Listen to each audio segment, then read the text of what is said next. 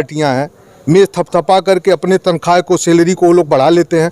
ये बेरोजगारों के लिए क्या हो रहा है? ये बेरोजगार कहाँ जाएंगे? और मैं आपको बता दूं, समय ऐसा आया है कि यदि नौकरी नहीं है तो युवाओं के, लड़कों की शादी नहीं हो रही है। मेरे साथ के तमाम लोग एमएलसी हैं, माननीय मुख्यमंत्री जी के साथ भी मुझे अवसर मिला है, सारी चीज़ें हैं। लेकिन कहने का मतलब यह है कि गठबंधन तो कुछ है ही नहीं है। गठबंधन है कुछ? जब नरेंद्र मोदी जी का दिमाग वो होगा तो उनका लोग जाएगा, उसको वो तोड़ ताड़ करके जो है उनको बोल देगा कि मैं 100 करोड़ दे रहा हूँ, 50 करोड़ दे रहा हूँ। आप बताइए किसको पैसा अच्छा नहीं लगता है? 100 करोड़ 50 करोड़ मिल गया, मेरी 7 पीढ़ी मजा करेगी कि नहीं करेगी? चैनल को कहीं स्टोर कर लीजिएगा। यदि गुड्डू जमाली यहाँ से लड़ते हैं, बीजेपी इस सीट को हार जाएगी, ये मैं चैलेंज कर रहा हूँ। नरेंद्र मोदी के अलावा कोई यदि यहाँ प्रत्याशी होता है तो गुड्डू जमाली इस सीट को ले जाएंगे, आजमगढ़ की सीट, ये कन्फर्म है। और मैं जय हिंद दोस्तों, स्वागत है आप सभी का प्रहरी न्यूज भारत में। इस वक्त हमारी उपस्थिति है उत्तर प्रदेश के जनपद आजमगढ़ में। दोस्तों, लोकसभा 24 का चुनाव होना है। सियासी गर्मियां पूरी तरीके से तेज हो चुकी हैं। पहले तो हम आजमगढ़ में हैं तो थोड़ा सा आप लोगों को आजमगढ़ के बारे में बता दें। यह जिला बहुत ही प्रबुद्ध है। यहाँ पर यह वीरों की भूमि कही जाती है दोस्तों, क्योंकि जब 1857 की क्रांति हुई थी तो सबसे पहले पूरे भारत में यह आजमगढ़ ही एक जिला है जो अपने आप को स्वतंत्र घोषित किया था 81 दिनों के लिए। हालांकि उसके बाद फिर से यह गुलाम हो गया।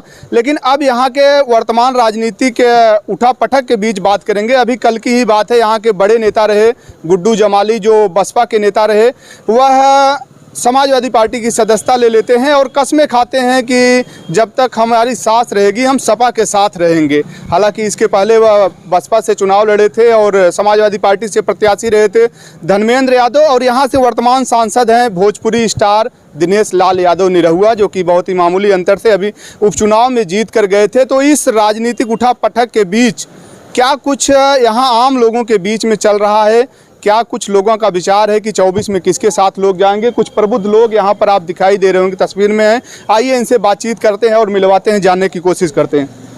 सर बैठिए, आइए, इन्हीं लोगों से बात कीजिए। सर, स्वागत है आपका सबसे पहले हमारे प्रहरी न्यूज भारत न्यूज चैनल में। जी, क्या नाम है आपका? संदीप राय। क्या माहौल है यहाँ पर? माहौल तो ठीक ही है जी। अभी तो लोग चुपचाप देख रहे हैं क्या हो रहा है, क्या नहीं हो रहा है। जहाँ तक आपने गुड्डू जमाली की बात किया तो गुड्डू जमाली ने जो है टक्कर दिया निरहुआ को। यदि जो है ये निरहुआ, गुड्डू जमाली नहीं होते तो निरहुआ चुनाव नहीं जीतते। तो आपको भी मालूम है कि समाजवादी पार्टी में उन्होंने अभी ज्वाइन कर लिया कल परसों में। तो रहा सवाल, आप क्या जानना चाह रहे हैं? हम अभी यही जानना चाह रहे हैं कि किस मुद्दे पर आम मतदाता जो है वह किस मुद्दे पर वोट करना चाह रहे हैं? अब तो देखिए, आम मतदाता तो जो है स्वास्थ्य, शिक्षा, रोजगार की बात कर रहे हैं। अभी चंद दिनों पहले ये पुलिस की भर्ती वैकेंसी निकली, और पुलिस की वैकेंसी निकली तो इसके बाद पेपर लीक हो गया। पेपर लीक होने के बाद ये मान के चलिए कि जो है पेपर, जब सरकार आपकी है, जिम्मेदारी आपकी है, तो पेपर लीक कैसे हो जा रहा है? ये जिम्मेदारी आपकी होनी चाहिए, और सारे पेपर्स लीक हो जा रहे हैं। तो इससे जो है करोड़ों करोड़ों रुपए आपके फंड में, सरकार के फंड में तो पैसे जा रहे हैं। अब तो वो पैसे वापस होंगे या नहीं होंगे वो तो बात की बात है। लेकिन यदि आप बताइए, हमारी उम्र जो है 6 महीना घट जाती है, बढ़ जाती है, तो हम तो जो है नौकरी के अयोग्य हो जाते हैं। तो ये तो सरकार की जिम्मेदारी होती नहीं है कि यदि मैं ओवर एज हो गया तो मुझे जो है सरकार 6 महीना या 1 साल का बढ़ोतरी कर दे। एज में तो बढ़ोतरी कर नहीं सकती है। तो ये जो मेरा समय जाता है उसकी सरकार की तो जिम्मेदारी है नहीं। अच्छा, सरकार की पॉलिसियाँ ऐसी हैं, सरकार की पॉलिसी ऐसी है कि जो है वो अपने लिए सारी शर्तें, जो भी पक्ष विपक्ष सारी पार्टियां हैं, मेज थपथपा करके अपने तनख्वाह को, सैलरी को वो लोग बढ़ा लेते हैं। ये बेरोजगारों के लिए क्या हो रहा है? ये बेरोजगार कहाँ जाएंगे? और मैं आपको बता दूं, समय ऐसा आया है कि यदि नौकरी नहीं है तो युवाओं के, लड़कों की शादी नहीं हो रही है। देखा ये अगर निरहुआ की बात किया जाए, जब से सांसद बने हैं, क्या इन्होंने कुछ आजमगढ़ के लिए किया है जो जमीन पर दिखाई दे रहा हो? नहीं, निरहुआ जो है काम कर रहे हैं, योजना ला रहे हैं। क्योंकि देखिए, सत्ता में ये हैं और इनकी सत्ता केंद्र में भी है और इनकी सत्ता प्रदेश में भी है। निरहुआ बाईपास का प्रोजेक्ट और ये आजमगढ़ के सुंदरीकरण का, और इसके पहले तो मान लीजिए निरहुआ सांसद नहीं थे, जो कि आजमगढ़ में यूनिवर्सिटी आई है, विकास हो रहा है। मंदुरी एयरपोर्ट हालांकि समाजवादी पार्टी की देन है, पूर्वांचल भी समाजवादी पार्टी की ही देन है, लेकिन उसको जो है अपना इन लोगों ने उद्घाटन वगैरह किया है, खुशी की बात है।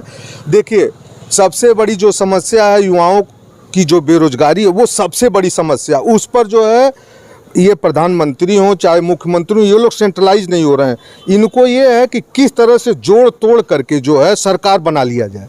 तो भाई सरकार तो ये लोग 13-14 साल से अपना जो है बना ही लिए हैं और बना रहे हैं। इस समय जो है इनका वर्चस्व जो है बिल्कुल बढ़ा हुआ है। और आपको मैं बता दूं, जब पार्टी सत्तारूढ़ में होती है तो तमाम लोग जो उसी पार्टी में आना चाहते हैं, क्योंकि जो है मलाई तो सबको अच्छी लगती है ना।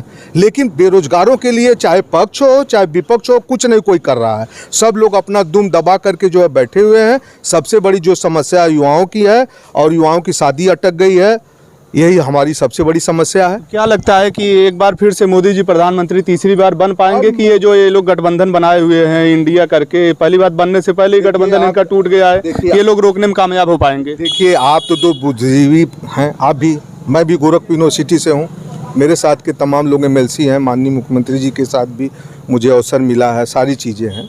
लेकिन कहने का मतलब यह है कि गठबंधन तो कुछ है ही नहीं है। गठबंधन है कुछ?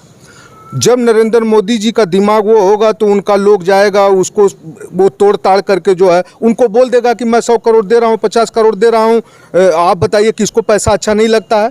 100 करोड़ 50 करोड़ मिल गया, मेरी 7 पीढ़ी मजा करेगी कि नहीं करेगी? मेरे बेटे को, जैसे मेरे पास 100 करोड़ हो जाए, मैं पुलिस को ये बताइए, पुलिस की भर्ती में भेजूंगा कि उसको अमेरिका लंदन में भेज दूंगा, जाओ बेटा वहाँ पर व्यवसाय करो। वो तो इंडिया में भी मैं जिस दिन मेरे पास 100 करोड़ 50 करोड़ हो जाएगा, मैं अपने बेटी बेटा बहुओं को मैं विदेश भेज दूंगा, वहाँ बहुत आराम है। तो इसलिए जो है गठबंधन का तो यहाँ पर इंडिया में तो कोई मतलब ही नहीं है। आपको मैं बता दूं, यहाँ पर जब सरकार चाहेगी, नरेंद्र मोदी की सरकार या ये सरकार, तो जो है गठबंधन को वो तोड़ देगी, जब चाहेगी तब तोड़ देगी। क्योंकि जो है ये सारे नेता लोग बिके हुए लोग हैं, इनको पैसा दीजिए और खरीद लीजिए। अच्छा सर, हम बात करना चाहेंगे आजमगढ़ में है यहाँ के स्थानीय राजनीति के बारे में, क्योंकि गुड्डू जमाली एक बड़ा नाम, बड़ा चेहरा थे। उनको समाजवादी पार्टी में जाने के बाद अब निरहुआ को कितनी बड़ी टक्कर मिल पा रही है समाजवादी पार्टी से? मैं आपको बता दे रहा हूँ, आज मैं बता दे रहा हूँ, इस जो है चैनल को कहीं स्टोर कर लीजिएगा। यदि गुड्डू जमाली यहाँ से लड़ते हैं, बीजेपी इस सीट को हार जाएगी, ये मैं चैलेंज कर रहा हूँ। ऐसा नहीं है कहीं गुड्डू जमाली के लड़ने के बाद हिंदू मुस्लिम तो नहीं हो जाएगा? मैं समीक्षक हूँ, मैं ये चैलेंज कर रहा हूँ कि गुड्डू जमाली जो कल परसों सपा में ज्वाइन किए हैं, क्योंकि जो है निरहुआ हारते हारते जीते हैं। ध्यान दीजिएगा, मुसलमानों का वोट, हरिजनों का वोट, कुछ बड़ी जातियों का बहुत कम मार्जिन रहा था अभी उपचुनाव में, 8000 वोटों का शायद था मार्जिन। जी। तो ये मेरा चैलेंज है। मैं जो है ऊपर केंद्र से लेकर के मैं यहाँ तक बता दे रहा हूँ, आजमगढ़ लोकसभा की सीट गुड्डू जमाली को यदि समाजवादी से टिकट मिलता है तो गुड्डू जमाली ही यहाँ की सीट को जीतेंगे। क्योंकि गुड्डू जमाली के बारे में आप लोगों के क्या विचार है, कैसे नेता हैं वो? जमाली अच्छे नेता हैं, जुझारू नेता हैं, उद्योगपति हैं, बड़े आदमी हैं, उन्होंने स्कूल खोल रखा है, उनका समाज सेवा में भी योगदान है।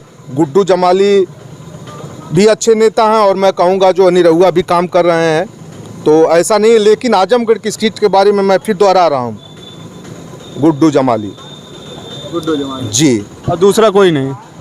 मैं भाई जैसे पार्टी वाइज से बात किया जाए, अभी तो क्योंकि सीट क्लियर हुई नहीं है, हो सकता है भाजपा भी अपना प्रत्याशी बदल दे, अभी निरहुआ का भी क्लियर तो है नहीं। जो अगर पार्टी वाइज बात किया जाए, सपा और भाजपा में कौन यहाँ से मजबूत लग रहा है? मैं बता रहा हूँ कि यहाँ पर जो अभी तक आज तक गुड्डू जमाली अब यहाँ से मान लीजिए नरेंद्र मोदी जी ये कैंडिडेट हो जाए तो जो है हो सकता है कि उनको जो है गुड्डू जमाली न टक्कर दे पाए। लेकिन नरेंद्र मोदी के अलावा कोई यदि यहाँ प्रत्याशी होता है तो गुड्डू जमाली इस सीट को ले जाएंगे, आजमगढ़ की सीट, ये कंफर्म है। और मैं चैलेंज जी, धन्यवाद। क्या नाम है सर आपका?